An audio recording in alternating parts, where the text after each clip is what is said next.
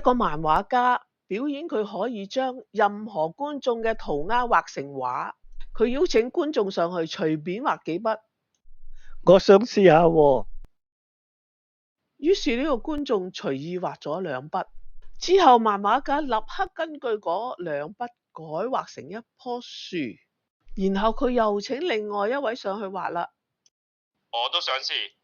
呢一位觀眾係有心找麻煩嘅，就喺度亂畫。大家諗呢個畫家一定會被難到啦，但係佢好快根據嗰幾筆就改畫成一隻羊啦，最後完成咗一幅好靚嘅圖畫。詩篇78篇72節都有咁講，於是他按心中的純正牧養他們，用手中的巧妙引導他們。